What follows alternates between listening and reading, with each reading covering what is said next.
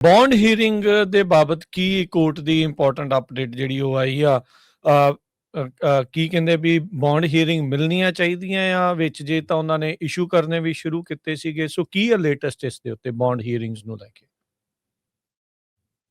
ਸੋ bond hearing ਨੂੰ ਲੈ ਕੇ ਖੁਸ਼ਖਬਰੀ ਹੈ, ਠੀਕ ਹੈ। ਇਹ ਹੁਣ ਆਪਾਂ ਟੈਸਟ ਕਰਾਂਗੇ ਇਸ ਆਉਣ ਵਾਲੇ ਹਫਤੇ ਦੇ ਵਿੱਚ ਤੇ ਤੁਹਾਨੂੰ 10-15 ਦਿਨਾਂ ਦੇ ਬਾਅਦ ਆਪਾਂ ਜਿਹੜਾ ਸੀਗਾ ਜਵਾਬ ਦੇਵਾਂਗੇ ਕਿ ਕੀ ਜਿਹੜਾ ਅਲਟੀਮੇਟਲੀ ਕੋਰਟਸ ਦੇ ਵਿੱਚ ਹੁੰਦਾ। ਜਿਹਨਾਂ ਨੂੰ ਨਹੀਂ ਪਤਾ ਉਹ ਇਹ ਆ ਕਿ ਜਦੋਂ ਬੰਦਾ ਬਾਰਡਰ ਟੱਪ ਕੇ ਆਉਂਦਾ ਸੀਗਾ ਉਹਨੂੰ ਫੜ ਲਿਆ ਜਾਂਦਾ ਸੀਗਾ ਤੇ ਜਾਂ ਤਾਂ ਆਈਸ ਉਹਨੂੰ ਆਪ ਹੀ ਪੈਰੋਲ ਤੇ ਛੱਡ ਦਿੰਦੀ ਸੀ। ਜਿੱਦਾਂ ਬਾਈਡਨ ਦੇ ਕੇਸ 'ਚ ਆਈਸ ਨੇ ਸਿੱਧੇ ਜਿਹੜੇ ਛੱਡਤੇ ਬੰਦੇ, ਉਹਨਾਂ ਨੇ ਕੁਝ ਜ਼ਿਆਦਾ ਹੀ ਜਲਦੀ ਛੱਡਤੇ ਕਿ ਮਤਲਬ ਉਹਨਾਂ ਦੇ ਬਿਆਨ ਨਹੀਂ ਲਏ, ਕੁਝ ਵੀ ਨਹੀਂ, ਜਿਹਦੇ ਕਰਕੇ ਸਾਰਾ ਪੰਗਾ ਜਿਹੜਾ ਪਿਆ ਉਹ ਚੀਜ਼ ਜਿਹੜੀ ਕਰਨੀ ਚਾਹੀਦੀ ਸੀ।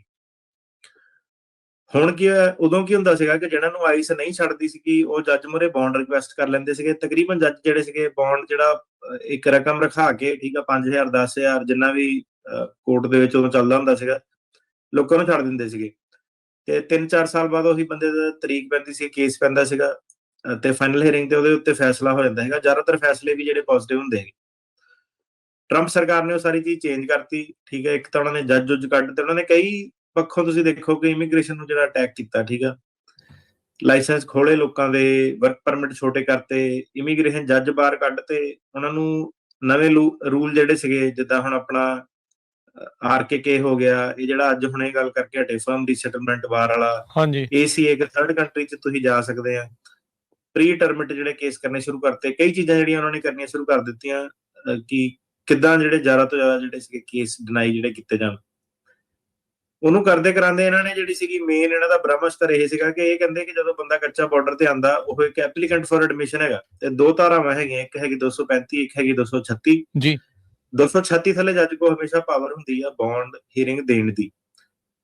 ਉਹ ਗੱਲ ਲੱਗਾ ਕਿ ਬਾਅਦ ਚ ਭਾਵੇਂ ਜੱਜ ਬੌਂਡ ਦੇਵੇ ਨਾ ਦੇਵੇ ਪਰ ਬੌਂਡ ਹੀਅਰਿੰਗ ਕੰਡਕਟ ਕਰ ਸਕਦਾ। 236 ਦੇ ਥੱਲੇ ਜਿਹੜੇ ਲੋਕ ਆਂਦੇ ਆ ਉਹ ਵੀਜ਼ਿਆਂ ਤੇ ਜਿਹੜੇ ਆਏ ਸੀਗੇ, ਠੀਕ ਆ, ਜਿਹੜੇ ਇੰਸਪੈਕਟ ਐਡਮਿਟ ਹੋ ਕੇ ਜਿਹੜੇ ਆਏ ਸੀਗੇ ਉਹ 236 ਦੇ ਥੱਲੇ ਆਂਦੇ। 235 ਥੱਲੇ ਜਿਹੜੇ ਆਂਦੇ ਸੀਗੇ ਜਿਹੜੇ ਉਹ ਇਹ ਕੀ ਕਹਿਣ ਲੱਗ ਪਈ ਸਰਕਾਰ, ਇਹ ਕਹਿੰਦੀ ਆ ਕਿ ਜਿਹੜੇ ਬਾਰਡਰ ਟੱਪ ਕੇ ਲੋਕ ਆਏ ਆ ਉਹ 236 ਥੱਲੇ ਨਹੀਂ ਆਣੇ ਚਾਹੀਦੇ, ਉਹ 235 ਥੱਲੇ ਆਣੇ ਚਾਹੀਦੇ ਆ। ਮਤਲਬ ਉਹਨਾਂ ਜੱਜ ਨੂੰ ਉਹਨੂੰ ਬੌਂਡ ਦੇਣ ਦਾ ਹੱਕ ਨਹੀਂ ਹੈਗਾ। ਸੋ ਇੱਕਦਮ ਹੀ ਰਾਤੋਂ ਰਾਤ ਤੁਸੀਂ ਕਹਿ ਲਓ ਕਿ ਸਿਚੁਏਸ਼ਨ ਚੇਂਜ ਹੋ ਗਈ ਸੀਗੀ। ਜਿਹੜੇ ਵੀ ਕੇਸ ਸੀਗੇ ਹੁਣ ਇਹ ਆਈਸ ਤੇ ਚੈੱਕ ਇਨ ਤੇ ਜਾਂਦੇ ਸੀਗੇ ਲੋਕੀ, ਉਹਨਾਂ ਨੂੰ ਉੱਥੇ ਫੜ ਲੈਂਦੇ ਸੀਗੇ, ਜੇਲ੍ਹ 'ਚ ਪਾ ਦਿੰਦੇ ਸੀਗੇ ਤੇ ਕਹਿੰਦੇ ਸੀਗੇ ਕਿ ਬੌਂਡ ਨਹੀਂ ਮਿਲਣਾ।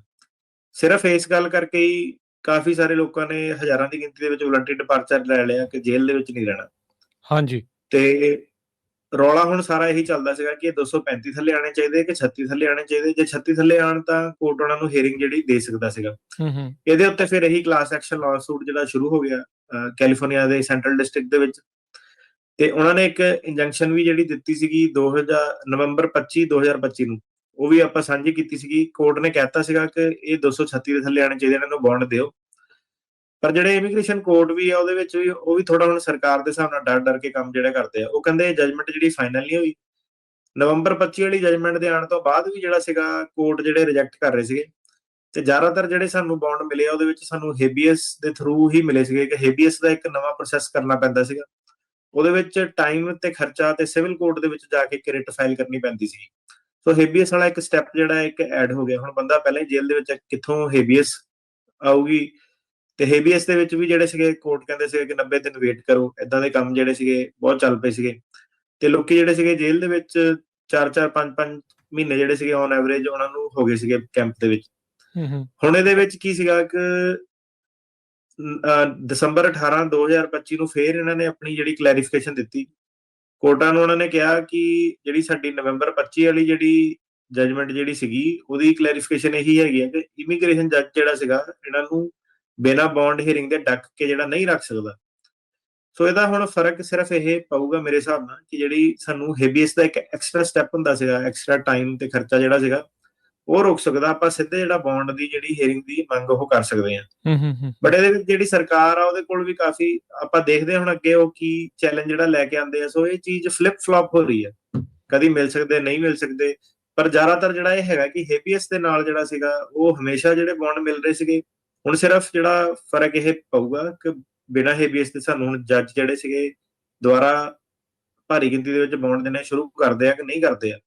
ਤੇ ਉਹੀ ਆਪਾਂ ਚੋਇਸ ਜਿਹੜੀ ਕਰਨੀ ਹੈ ਕਿ ਹੇਬੀਅਸ ਦੇ ਨਾਲ ਅੱਗੇ ਜਾਇਆ ਜਾਵੇ ਕਿ ਸਿੱਧੇ ਬੌਂਡ ਕੀਤਾ ਜਾਵੇ ਮੇਰੇ ਹਿਸਾਬ ਨਾਲ ਹੁਣ ਜਿਹੜਾ ਕਲੈਰੀਫਿਕੇਸ਼ਨ ਦਾ ਜਜਮੈਂਟ ਦੀ ਇਹੀ ਹੈ ਕਿ ਬਿਨਾਂ ਹੇਬੀਅਸ ਤੇ ਆਪਾਂ ਬੌਂਡ ਜਿਹੜਾ ਟਰਾਈ ਉਹ ਕਰ ਸਕਦੇ ਹਾਂ। ਠੀਕ ਹੈ ਜੀ, ਠੀਕ ਹੈ। ਸੋ ਬਿਨਾਂ ਹੇਬੀਅਸ ਤੇ ਜੇ ਹੁੰਦਾ ਹੈ ਤੇ ਚਲੋ ਫਾਇਦਾ ਹੋ ਜਾਊਗਾ ਉਹਨਾਂ ਲੋਕਾਂ ਦਾ ਜਿਹੜੇ ਬੌਂਡ ਦੀ ਮੰਗ ਜਿਹੜੀ ਉਹ ਰੱਖ ਰਹੇ ਆ।